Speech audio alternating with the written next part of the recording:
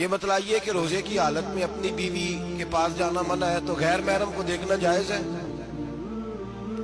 ہمارے T V پہ میں نے پہلے بھی کہا تھا کہ ہم ٹھیکیدار اور ذمہ دار نہیں ہیں مذہب کے. یہاں ہمارے آنے سے پہلے بھی کوئی بیٹھا تھا. ہم مریں گے تو یہاں ہم سے بڑے بڑے نیک لوگ بیٹھے ہیں. کوئی بندہ ذمہ دار نہیں ہے. بڑے بڑے کج کلا صاحب جبہ و دستار، بڑے بڑے صاحب بصیرت، آئمہ، فقہاء، علماء، زعماء، نقبا، صوفیاء، اولیاء، غوث، کتب، ابدال، اوتاد، کتب الاقطاب، جانے کون کون آئے، علماء آئے، مفسرین آئے، محدثین آئے، گزر گئے. ہم تو خاک نشین لوگ ہیں، تھوڑا کام کرنے والے، تھوڑی صلاحیت رکھنے والے. لیکن بھائی اگر کرتے ہیں تو ایک کام کرتے ہیں، ساتھ دوسرا نہیں کرتے. یہ کس طرح کا دین سکھانے لوگ نکلے کہ شوال سے لے کر شعبان تک گانا سنایا جائے گا، شعبان سے لے کر شوال تک ناچ گانا کیا جائے گا، شوال سے لے کر شعبان تک دھما چوکڑی ہوگی. رمضان آئے گا تو حدیثیں سنائی جائیں گی، رمضان آئے گا تو لوگوں کو قرآن پڑھ کے سنایا جائے گا. یہ مذہب باج نہیں ہے کہ گویے مذہب سکھائیں گے، ایکٹر مذہب سکھائیں گے. یہ مذہب باج نہیں ہے کہ ایک گلاس کے اندر پہلے شراب پی لو، پھر اسی گلاس میں رمضان آئے تو شہد بانٹنا شروع کر دو. یہ باج نہیں، یہ میرے رسول اللہ کا مذہب ہے. اگر تمہیں شوق ہے دین سیکھنے سکھانے کا، یکم رمضان کو توبہ کرو اور کہو کہ ہم ٹی وی پہ بیٹھ کے حدیثیں سنائیں گے تو سارا سال سنائیں گے. اور جس زبان سے حدیث نکلے گی پھر اس سے کبھی گندا گانا نہیں نکلے گا، پھر کبھی ناچ گانا نہیں ہوگا.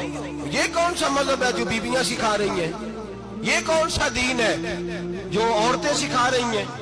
میرے رسول پاک صلی اللہ تعالی علیہ وآلہ وسلم کا وہ مذہب ہے کہ میرے اعلیٰ حضرت فاضل بریلوی رحمت اللہ علیہ نے فرمایا، مرد کے لیے جائز نہیں کہ وہ عورت کی زبان سے میلاد بھی سنے، نعت بھی سنے.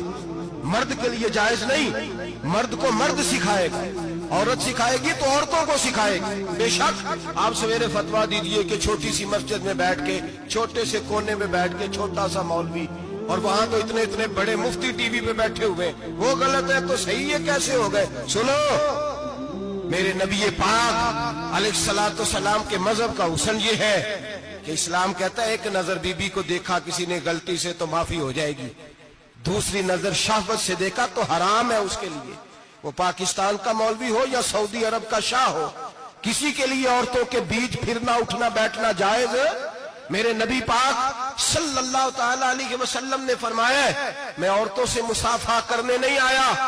اور میرے نبی پاک صلی اللہ علیہ وسلم نے فرمایا ہے، حضور فرماتے لیکن نا کتا بالکل ناپاک نہیں ہوتا، کتے کا تھوک ناپاک ہوتا ہے، یا کتا گیلا ہو جائے تو ناپاک ہوتا ہے، لیکن خنزیر سارا ناپاک ہوتا ہے، کل ناپاک ہے خنزیر.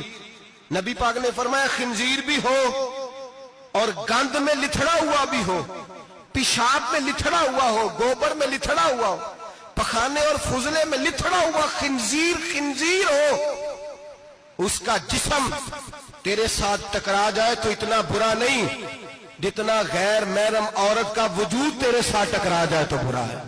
اس حد تک میرے نبی پاک صلی اللہ اور گنبد کے معاملے میں فتویٰ دینے والے، یا رسول اللہ کہنے پر کفر کا فتویٰ دینے والے اور بڑی بڑی باتیں کرنے والے خاموش کیوں ہو گئے؟ یا ایھا الذین آمنوا لا تتخذوا اليہود والنصارى اولیاء.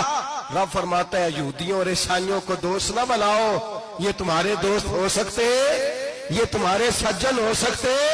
جب عرش کا مالک کہہ رہا ہے سجن نہیں ہو سکتے تو دوستی کی بات کیسے بڑھا رہا ہے؟ یا رسول اللہ ہمارے سجن کون ہو سکتے ہیں؟ فرمایا تمہارا دوست وہ ہو سکتا ہے جو محمد عربی کا غلامی کرنے والا ہو، جو رسول اللہ کی نوکری کرنا ہو دوست ہوگا. دوسرا دوست ہو سکتا